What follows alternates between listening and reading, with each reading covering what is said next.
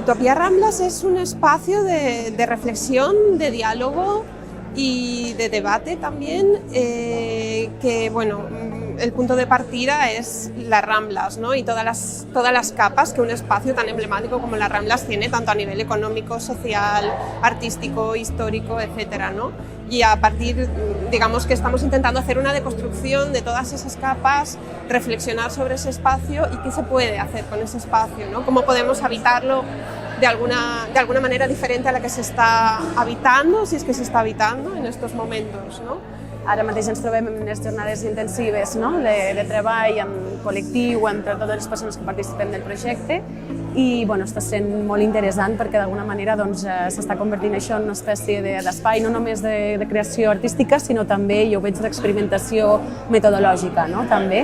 I em sembla una manera molt interessant realment doncs, de trencar amb alguns models habituals que es donen a la cultura. La metodologia per prototips i no per projectes, no? Allibera, diguéssim, a la cultura d'aquesta pressió de produir, no?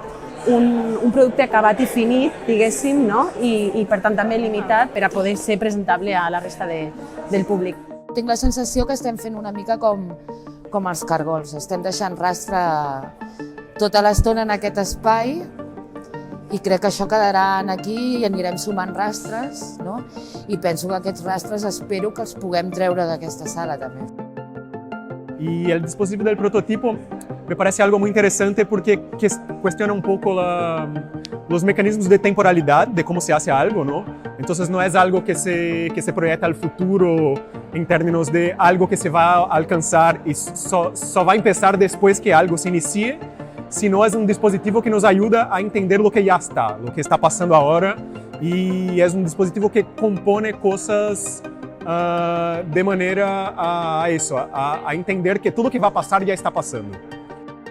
Crec que és interessant la lluita que estem seguint del prototip més que d'un projecte, perquè permet, penso, que aquesta acumulació de malestars se transforme per força en una cosa concreta, no en un gest com estètic, d'extractivisme artístic, de fem això perquè fa bonic als diaris dir que un grup d'artistes han fet això, sinó a partir del moment en què són diverses persones que ens crema a nivell emocional, a nivell personal, el present, el futur de la Rambla en tant que significant de tantes coses, crec que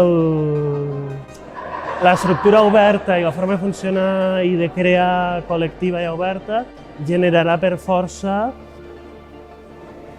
que no es pugui desviar cap a una direcció molt banal, sinó que la pròpia pressió que ens farem les unes a les altres força un resultat compromès, un resultat concret, un resultat que pugui tindre efectes sobre les persones i sobre el lloc, més enllà potser de la declaració d'intencions.